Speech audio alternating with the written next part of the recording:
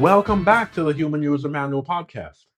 In this episode, we're diving into something that's subtle, almost invisible, yet it destroys more dreams than failure ever could. It's what I call the crabs in a bucket mentality. You've probably seen it. Maybe you've even felt it. You decide to change something in your life, improve your health, start a business, break free from old patterns, and suddenly the people around you aren't cheering you on. They're questioning you, mocking you, warning you. They say things like, don't get your hopes up. People like us don't do things like that. Why can't you just be satisfied with what you have? Or don't try so hard. It might be subtle. Sometimes it even sounds caring. But make no mistake, it's the sound of crabs in a bucket. A few years ago, a friend of mine named Lisa decided she was done coasting through her job. She wanted more, not in a greedy way, but because she knew she was capable of more. So she started arriving early, volunteering for projects, showing initiative. At first, her coworkers said they admire her drive, but then something happened. The compliments turned into jokes. Oh, look at Lisa trying to impress the boss again. She's making the rest of us look bad. She's a brown noser. Someone even started spreading rumors that she was only working hard to get attention. Within weeks, the energy around her changed. The same people who used to eat lunch with her now rolled their eyes when she walked by. And here's what's fascinating: Lisa didn't do anything wrong. She didn't step on anyone. She didn't brag. She just started climbing. But the others couldn't stand the reflection of their own inaction. Her ambition made them uncomfortable.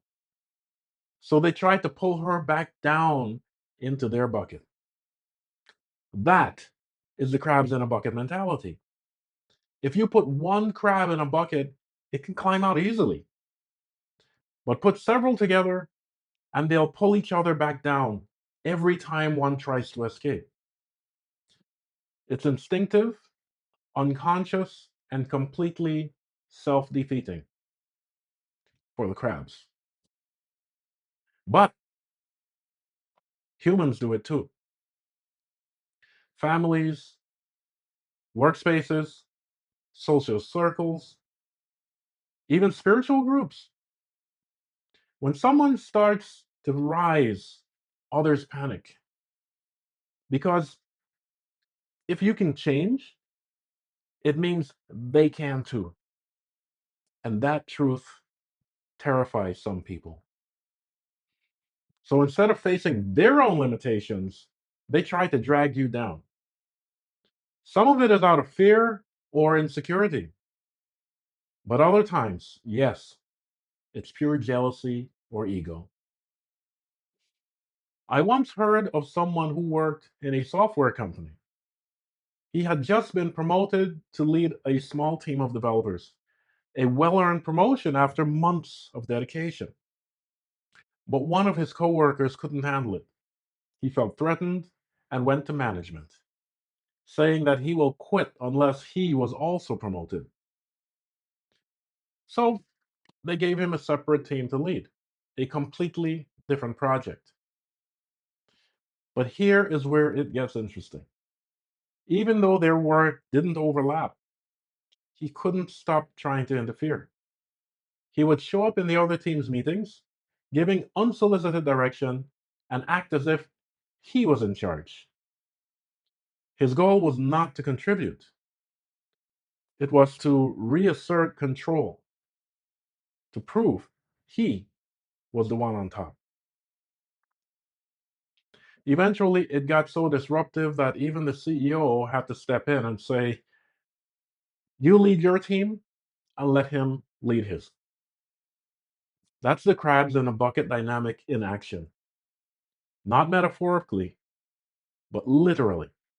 When someone feels their significance is slipping, instead of rising with you, they try to pull you back down to where they're comfortable.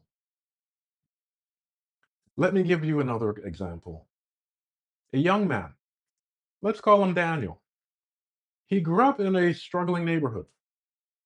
His parents worked hard but lived with the belief that people like us never get ahead. Daniel decided to break that cycle.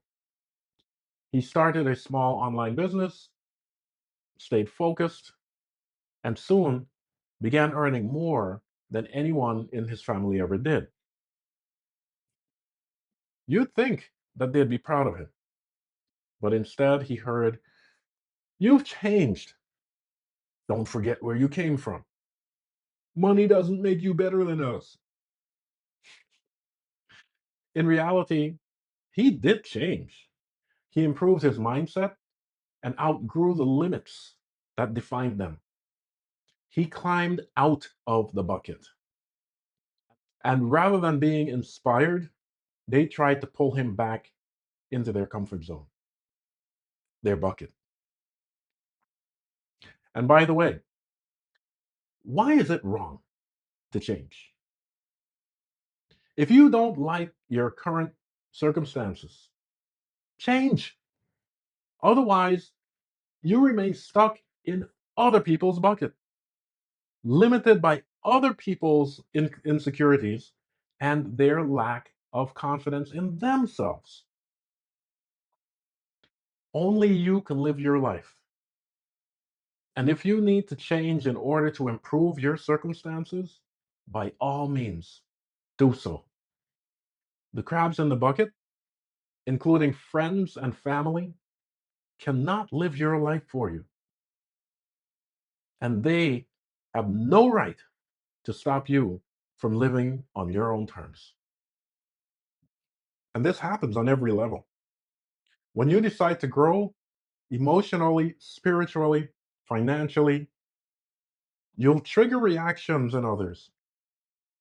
They may criticize you, guilt trip you, or even withdraw their support. But here's the truth: it's not about you. You're living your life according to your right to do so.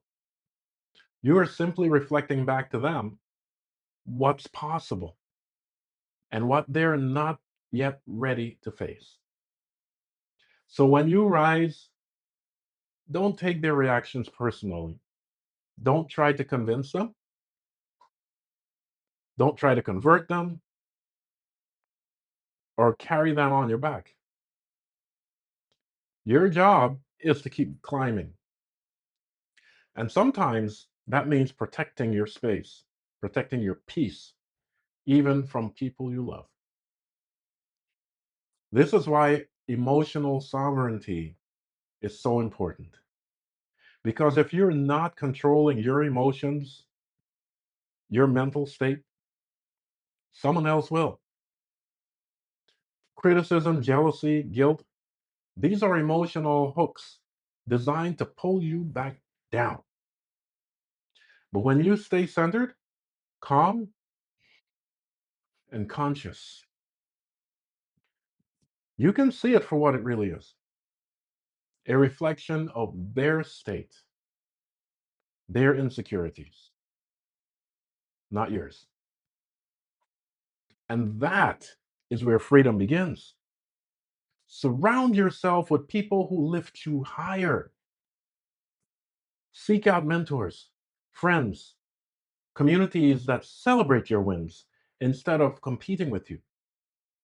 And if you can't find them, build them, because your environment matters more than you think. I once mentored a client who told me, I don't understand why people around me seem so negative now that I've improved myself. I said, they're not more negative. You're just more aware. You've outgrown the bucket and you're finally seeing the ropes that were holding you there. That realization changed everything for her.